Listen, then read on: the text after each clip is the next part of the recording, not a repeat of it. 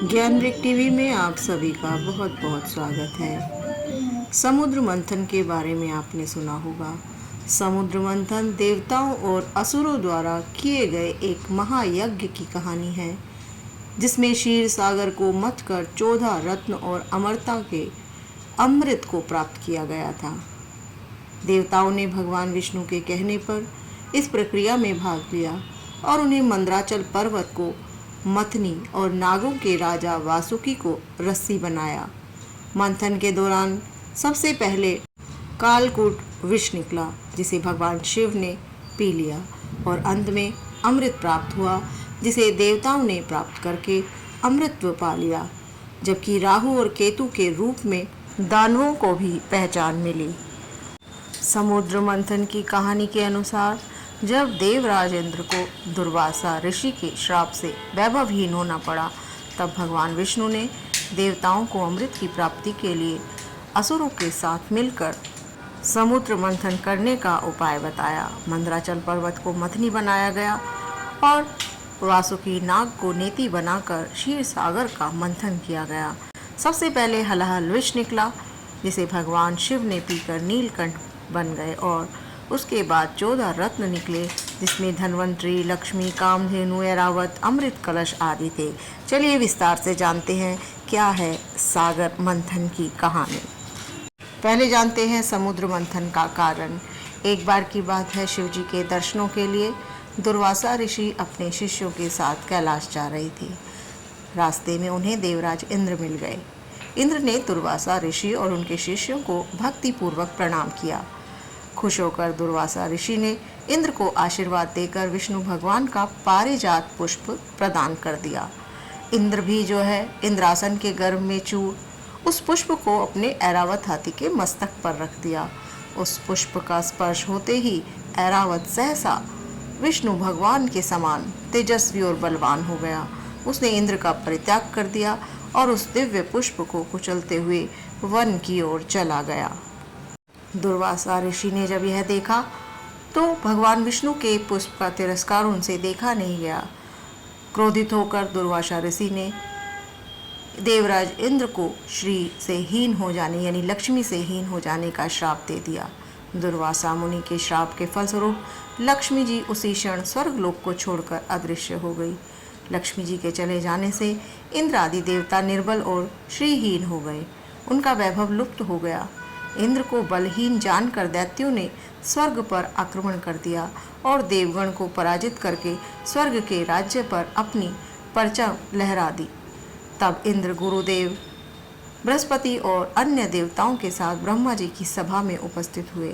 तब ब्रह्मा जी बोले, देवेंद्र, भगवान विष्णु के भोग रूपी पुष्प का अपमान करने के कारण रुष्ट होकर भगवती लक्ष्मी तुम्हारे पास से चली गई हैं। उन्हें पुनः प्रसन्न करने के लिए तुम्हें भगवान नारायण की शरण में जाना होगा। उनके आशीर्वाद से ही तुम्हें खोया हुआ वैभव पुनः मिल जाएगा। अब ब्रह्मा जी ने इंद्र को आश्वस्त किया और उन्हें लेकर भगवान विष्णु की शरण में पहुंच गए। वहां पर ब्रह्म भगवान विष्णु भगवती लक्ष्मी के साथ विराजमान थे। देवगण भगवान विष्णु की स्तुति करते हुए बोले, भगवान, आपके श्री चरणों में हमारा प्रणाम है। हे भगवान, हम सब जिस उद्देश्य से आपकी शरण में आए हैं, कृपया करके आप उसे पूरा कर दीजिए। दुर्वासा ऋषि के शाप के कारण माता लक्ष्मी हमसे रूठ गई हैं और दैत्यों ने हमें पराजित कर स्वर्ग पर अधिकार कर लिया है। अब हम आपकी शरण में हैं, हमारी रक्षा कीजिए। भगवान विष्णु त्रिकालदर्शी हैं। वे पल भर में ही देवताओं के मन की बात जान गए। तब वे देवगणों से बोले, हे देवगण, मेरी बात ध्यानपूर्वक सुने, क्योंकि केवल यही तुम्हारे कल्याण का उपाय है। दैत्यों पर इस समय काल की विशेष कृपा है, इसलिए जब तक तुम्हारे उत्कर्ष और दैत्यों के पतन का समय नहीं आता, तब तक तुम उनसे संधि कर लो। क्षीर सागर के गर्भ में अनेक दिव्य पदार्थों के साथ साथ अमृत भी छिपा है। उसे पीने वालों के सामने मृत्यु भी पराजित हो जाती है। इसके लिए तुम्हें समुद्र मंथन करना होगा। यह कार्य अत्यंत दुष्कर है, अतः इस कार्य में दैत्यों से सहायता लो। कूटनीति भी यही कहती है कि आवश्यकता पड़ने पर शत्रुओं को भी मित्र बना लेना चाहिए। तत्पश्चात अमृत पीकर अमर हो जाना, तब दुष्ट दैत्य भी तुम्हारा अहित नहीं कर सकेंगे। देवगण वे जो शर्त रखें उसे स्वीकार कर लें। यह बात याद रखें कि शांति से सभी कार्य बन जाते हैं, क्रोध करने से कुछ नहीं होता। भगवान विष्णु के परामर्श से इंद्र आदि देवगण दैत्यराज बलि के पास संधि का प्रस्ताव लेकर गए और उन्हें अमृत के बारे में बताकर समुद्र मंथन के लिए तैयार कर लिया। समुद्र मंथन की कथा। उसी समय मेघ के समान गंभीर स्वर में आकाशवाणी हुई, देवताओं और दैत्यों, तुम क्षीर समुद्र का मंथन करो। इस कार्य में तुम्हारे बल की वृद्धि होगी, इसमें तनिक भी संदेह नहीं है। मंदराचल को मथानी और वासुकी नाग को रस्सी बनाना। फिर देवता और दैत्य मिलकर मंथन आरंभ करो। यह आकाशवाणी सुनकर सहस्त्रों दैत्य और देवता समुद्र मंथन के लिए उद्यत हो सुवर्ण के सदृश कांतिमान मंदराचल पर्वत के पास गए। वह पर्वत सीधा, गोलाकार, बहुत मोटा और अत्यंत प्रकाशमान था। अनेक प्रकार के रत्न उसकी शोभा बढ़ा रहे थे। चंदन, पारिजात, नागकेशर, जायफल और चंपा आदि भांति भांति के वृक्षों से वह हरा भरा दिखाई देता था। उस महान पर्वत को देखकर संपूर्ण देवताओं ने हाथ जोड़कर कहा, दूसरों का उपकार करने वाले महाशैल मंदराचल, हम सब देवता तुमसे कुछ निवेदन करने के लिए आए हैं, उसे तुम सुनो। उनके इस प्रकार कहने से मंदराचल ने देहधारी पुरुष के रूप में प्रकट होकर कहा, देवगण, आप सब लोग मेरे पास किस कार्य से आए हैं उसे बताइए। तब इंद्र ने मधुर वाणी से कहा, मंदराचल, तुम हमारे साथ रहकर एक कार्य में सहायक बनो। हम समुद्र को मथ कर उससे अमृत निकालना चाहते हैं।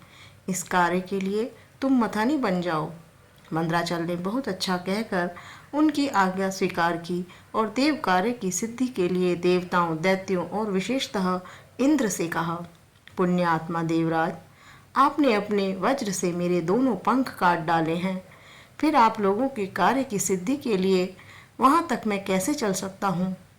तब संपूर्ण देवताओं और दैत्यों ने उस अनुपम पर्वत को क्षीर समुद्र तक ले जाने की इच्छा से उखाड़ लिया, परंतु वे उसे धारण करने में समर्थ न हो सके। वह महान पर्वत उसी समय देवताओं के और दैत्यों के ऊपर गिर पड़ा। कई कुचले गए, कई मर गए, कई मूर्छित हो गए, कई एक दूसरे को कोसने और चिल्लाने लगे तथा कुछ लोगों ने बड़े क्लेश का अनुभव किया। इस प्रकार उनका उद्यम और उत्साह भंग हो गया। वे देवता और दानव सचेत होने पर जगदीश्वर भगवान विष्णु की स्तुति करने लगे। शरणागत वत्सल महाविष्णु, हमारी रक्षा कीजिए, रक्षा कीजिए।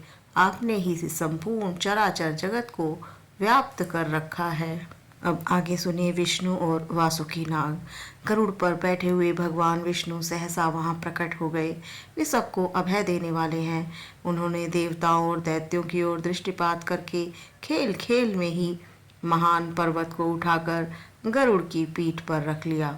फिर वे देवताओं और दैत्यों को क्षीर समुद्र के उत्तर तट पर ले गए।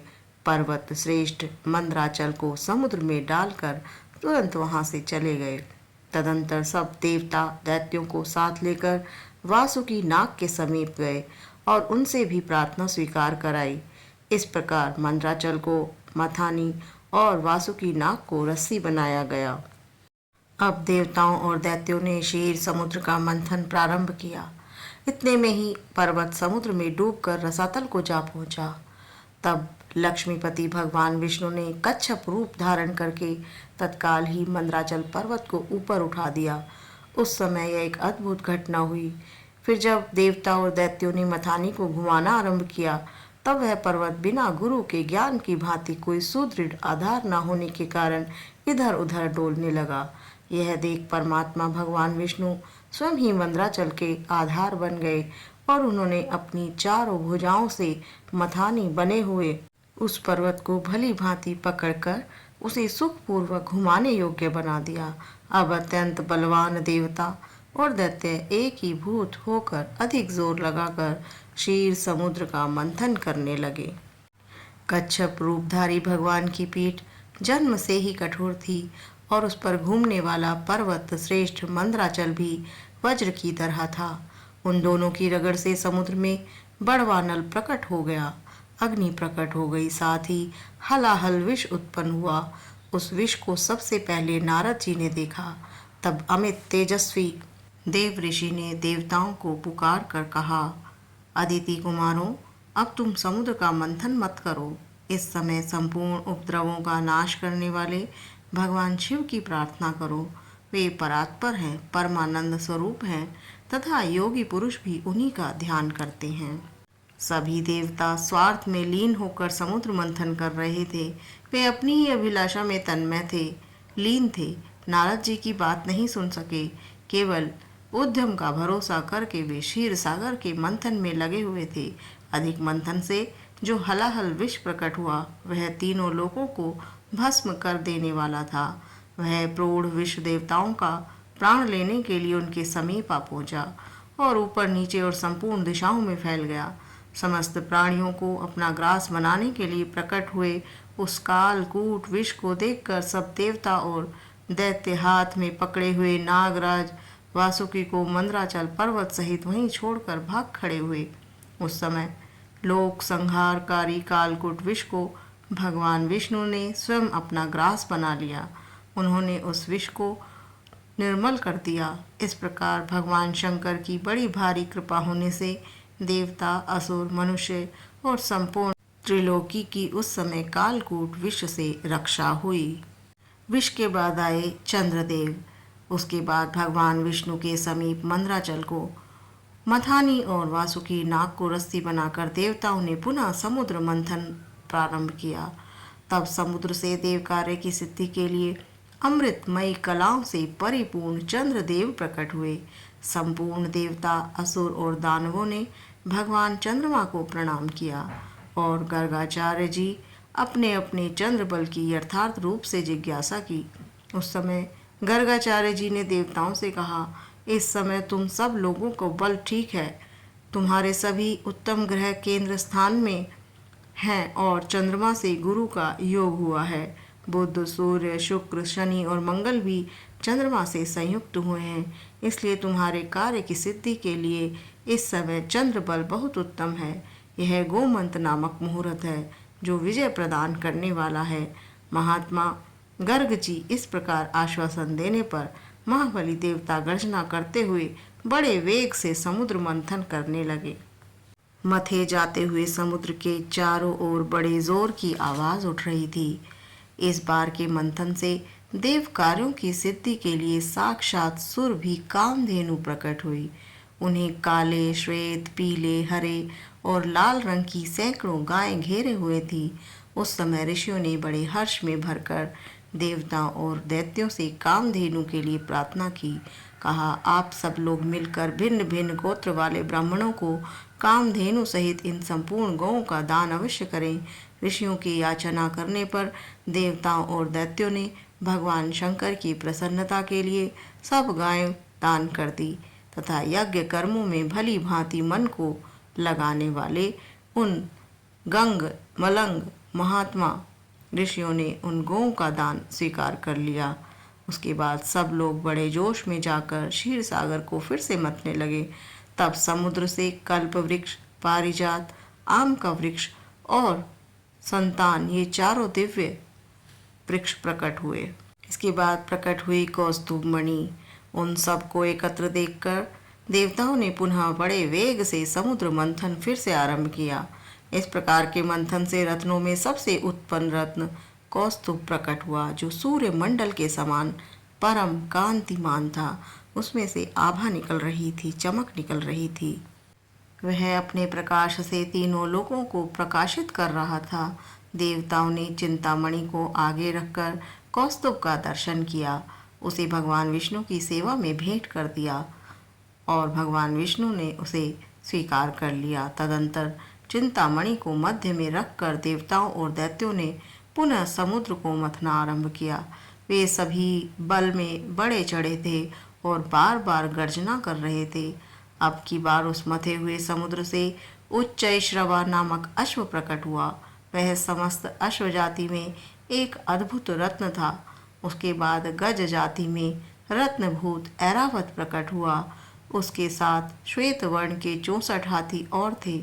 ऐरावत के 4 दांत बाहर निकले हुए थे और मस्तिष्क से मद की धारा बह रही थी। इस सब को भी मध्य में स्थापित करके वे फिर से समुद्र मंथन करने लगे। उस समय उस समुद्र से मदिरा, भांग, काकड़, सिंगी, लहसुन, गाजर, अत्यधिक उन्माद कारक धतूर और पुष्कर आदि बहुत सी वस्तुएं प्रकट हुई। इन सबको भी समुद्र के किनारे एक स्थान पर रख दिया गया। उसके बाद वे श्रेष्ठ देवता और दानव पुनः पहले की भांति ही समुद्र मंथन करने लगे। अब की बार समुद्र संपूर्ण भुवनों की एकमात्र अधीश्वरी दिव्य रूपा देवी महालक्ष्मी प्रकट हुई, जिन्हें ब्रह्मवेता पुरुष आन्वीक्षिकी कहते हैं। इन्हीं को दूसरे लोग मूल विद्या कहकर पुकारते हैं। देवी महालक्ष्मी कुछ सामर्थ्यशाली महात्मा इन्हीं को वाणी और ब्रह्म विद्या भी कहते हैं। कोई कोई इनको रिद्धि सिद्धि आज्ञा और आशा नाम देते हैं। कोई योगी पुरुष इन्हीं को वैष्णवी कहते हैं। सदा उद्यम में लगे रहने वाले माया के अनुयायी इन्हीं को माया के रूप में जानते हैं। वे इन्हीं को भगवान की योग माया कहते हैं। देवताओं ने देखा देवी महालक्ष्मी का रूप परम सुंदर है। उनके मनोहर मुख पर स्वाभाविक प्रसन्नता है। हार और नुपुरों से उनके श्रीअंगों की बड़ी शोभा हो रही है। मस्तिष्क पर छत्र तना हुआ है। दोनों ओर से चुवर डुल रहे हैं। जैसे माता अपने पुत्रों की ओर स्नेह और दुलार भरी दृष्टि से देखती है, उसी प्रकार सती महालक्ष्मी ने देवता, दानव, सिद्ध, चारण और नाग आदि संपूर्ण प्राणियों की ओर दृष्टिपात किया। माता लक्ष्मी की कृपा दृष्टि पाकर संपूर्ण देवता उसी समय श्री संपन्न हो गए। वे तत्काल राज्य अधिकारी के शुभ लक्षणों से संपन्न दिखाई देने लगे। लक्ष्मी देवी द्वारा नारायण का वर्ण। उसके बाद देवी लक्ष्मी ने भगवान मुकुंद की ओर देखा। उनके श्रीअंग तमाल के समान श्याम वर्ण थे। कपोल और नासिका बड़ी सुंदर थी। वे परम मनोहर दिव्य शरीर से प्रकाशित हो रहे थे। उनके वक्षस्थल में श्रीवत्स का चिन्ह सुशोभित था।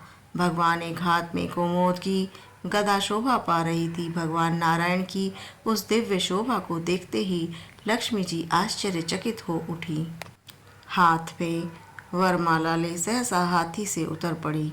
वह माला श्री जी ने अपने ही हाथों बनाई थी। उसके ऊपर भ्रमर मंडरा रहे थे। देवी ने वह सुंदर वनमाला परम पुरुष भगवान विष्णु के कंठ में पहना दी और स्वयं जाकर उनके वाम भाग में जाकर खड़ी हो गई। उसे शोभाशाली दंपति को वहां दर्शन करके संपूर्ण देवता, दैत्य, सिद्ध, अप्सराएं, किन्नर और चारणगण परम आनंद को प्राप्त हुए। फिर आए धन्वंतरी और अमृत। लक्ष्मी द्वारा विष्णु वरण के बाद समुद्र मंथन से कन्या के रूप में वारुणी प्रकट हुई, जिसे दैत्यों ने ग्रहण किया। फिर एक के पश्चात एक चंद्रमा, पारिजात वृक्ष और शंख निकले और अंत में धन्वंतरी वैद्य अमृत का घट लेकर प्रकट हुए। धन्वंतरी के हाथ से अमृत को दैत्यों ने छीन लिया और उसके लिए आपस में लड़ने लगे। देवताओं के पास दुर्वासा के शापवश इतनी शक्ति नहीं रही थी कि वे दैत्यों से लड़कर उस अमृत को ले सके, इसलिए वे निराश खड़े हुए उनका आपस में लड़ना देखते रहे। मोहिनी रूप। देवताओं की निराशा को देखकर भगवान विष्णु तत्काल मोहिनी रूप धारण कर आपस में लड़ते दैत्यों के पास जा पहुँचे।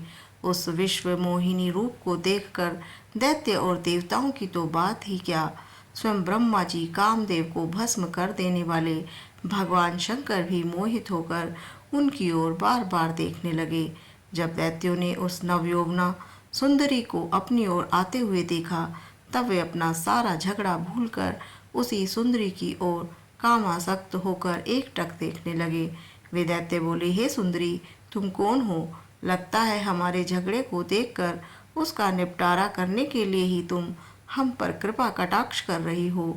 आओ शुभंगे, तुम्हारा स्वागत है। हमें अपने सुंदर कर कमलों से यह अमृत पान कराओ।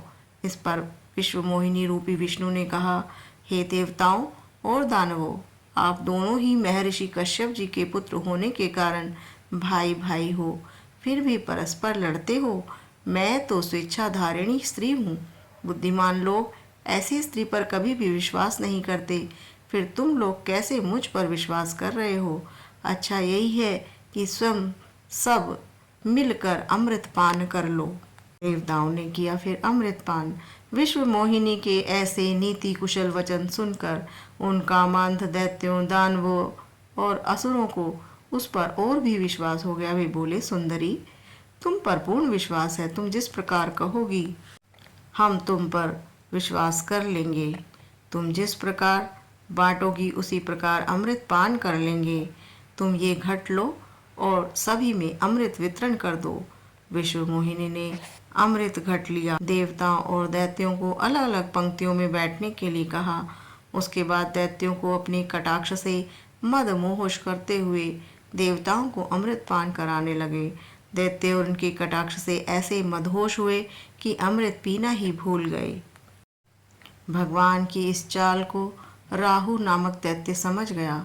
वह देवता का रूप बनाकर देवताओं में जाकर बैठ गया और प्राप्त अमृत को मुख में डाल लिया।